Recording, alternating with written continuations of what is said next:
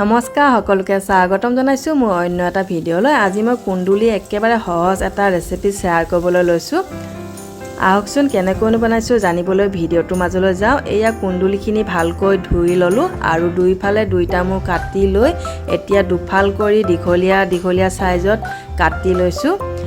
কুন্দুলি কেইটা কুমলীয়া হলে খাবলৈ বেছি ভাল লাগে। মোৰ কুন্দুলি কেইটা অনা কেইবাদিনো হ'ল, বনাবলৈ টাইম পোৱা নাছিলো, এইভাবে পকিয়ে গ'ল। এয়া এনেকুৱা সাইজত কটা হৈ গ'ল আৰু কেৰাহীখনত অকণমান তেল দিছো। তেলখিনি গৰম হোৱাৰ লগে লগে এটা সৰু আলু দীঘলীয়া সাইজত কাটিছিলো, আলুখিনি আগতীয়াকৈ ফ্ৰাই কৰি লৈছো। এয়া আলুখিনি ফ্ৰাই কৰা হৈ গ'ল আৰু এতিয়া কুন্দুলিখিনিও ফ্ৰাই কৰি ল'ম।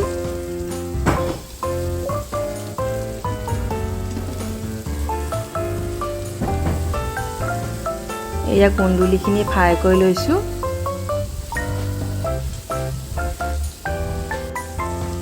অকণমান নিমখ দি দিছো। এয়া ফ্ৰাই কৰা হৈ গ'ল। এতিয়া আৰু অকণমান তেল দি দিছো কেৰাহীখনত। কেইটামান গোটা জিৰা আৰু এটা পিয়াজ আৰু কেইটামান জলকীয়া ফালি দিছো। এইখিনি ভজা হোৱাৰ পাছত কুন্দুলি আৰু আলু ফ্ৰাইখিনি দি দিছো।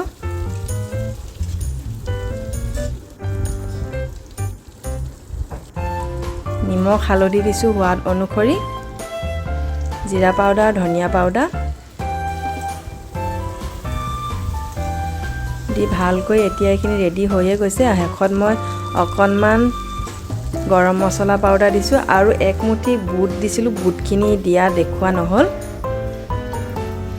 এয়া কুন্দুলি ভাজি ৰেডি হৈয়ে গ'ল। ভিডিঅ'টো যদি চাই ভাল লাগিলে এটা লাইক কমেণ্ট কৰি দিব। যিসকলে মোৰ চেনেলটোলৈ নতুনকৈ আহিছে ছাবস্ক্ৰাইব কৰি যাব বুলি আশা ৰাখিলোঁ। আজিলৈ আহোঁ, ধন্যবাদ।